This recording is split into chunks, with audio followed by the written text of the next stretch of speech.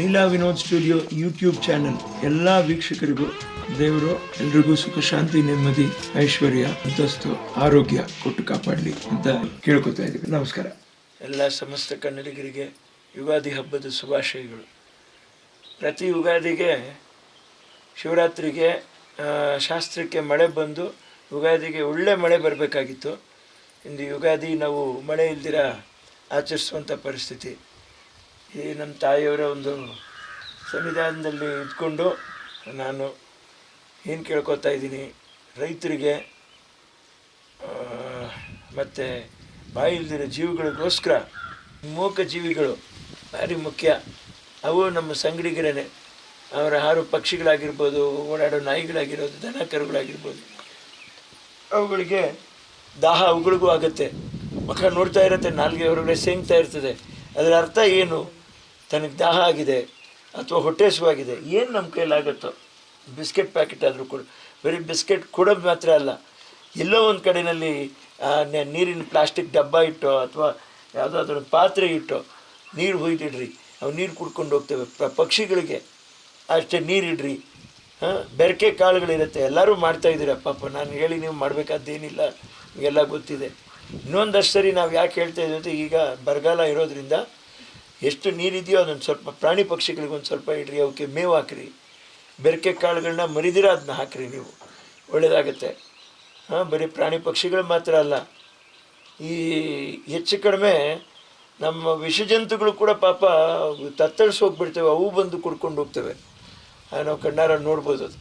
ಅದು ಎಲ್ರಿಗೂ ಪುಣ್ಯ. ಈ ಭೂಮಿ ಮೇಲೆ ನಾವು ಹುಟ್ಟಿದ್ದಕ್ಕೆ ಭಗವಂತನ ಸೇವೆ ಮಾಡ್ತೀವಿ ಅಂದರೆ, ಮೂಕ ಪ್ರಾಣಿ ಸೇವೆ ಮಾಡುವಂಥದ್ದೇ ಭಗವಂತನ ಸೇವೆ ಮಾಡುವಂಥದ್ದು. ನಾವು ಭಗವಂತ ಒಳ್ಳೆ ಮಳೆ ಹುಯಿಸಲಿ, ಮಳೆ ಬೆಳೆ ಆಗಲಿ, ನಮ್ಮ ಕರ್ನಾಟಕ ರಾಜ್ಯ ಸಮೃದ್ಧಿ ಆಗಲಿ, ಅಭಿವೃದ್ಧಿ ಆಗಲಿ.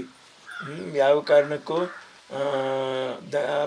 ಪಶು ಮತ್ತು ದನ ಕರುಗಳು ಇವೆಲ್ಲ ಪಾಪ ಮೇವಿಲ್ದಿರ ಒದ್ದಾಡುವಂಥ ಪರಿಸ್ಥಿತಿ ಆಗೋದು ಬೇಡ. ಹಾಗೆ ಮನುಷ್ಯರಿಗೂ ಅಷ್ಟೇ ನೀರಿಲ್ದಿರುವಂಥ ಸಂಕಷ್ಟಗಳನ್ನೆಲ್ಲ ಹೋಗಲಾಡಿಸ್ಲಿ ಅಂತ ನಾನು ಭಗವಂತನ ಬೇಡ್ತಾ ಇದ್ದೀನಿ. ನನ್ನ ತಾಯಿಯವ್ರನ್ನ ನಾನು ಬೇಡ್ಕೊತಾ ಇದ್ದೀನಿ. ಆದಷ್ಟು ಬೇಗ ಮಳೆ ಹುಯಿಸಲಿ.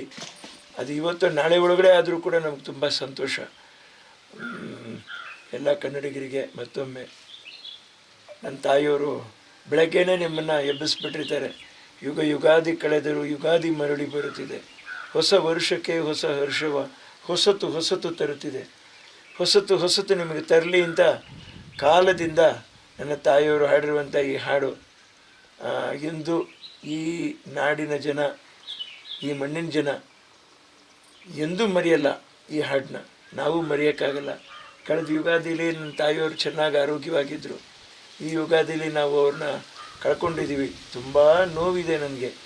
ನೋವನ್ನ ನಿಮ್ಮ ಮುಂದೆ ವ್ಯಕ್ತಪಡಿಸೋಕ್ಕೆ ನನಗೆ ಯಾಕೆ ಇಷ್ಟ ಆಗಲ್ಲ ಅಂದರೆ, ನಾನು ನೊಂದಿದ್ದೀನಿ, ಊರೆಲ್ಲ ನೊಂದ್ಕೊಬೇಕು ಅಂತ ಭಾವನೆಯಲ್ಲಿರುವಂಥವ್ರು ನನ್ನ ತಾಯಿಯೆಲ್ಲ. ತಾನು ನೊಂದರೂ ಎಲ್ಲರೂ ಸಂತೋಷವಾಗಿರಬೇಕು ಅಂತ ಇಷ್ಟಪಟ್ಟವ್ರು. ನಾನು ಹೇಳಿದ್ದು ಕನ್ನಡಿಗರಿಗೆ ಅರ್ಥ ಆಗಿರುತ್ತೆ.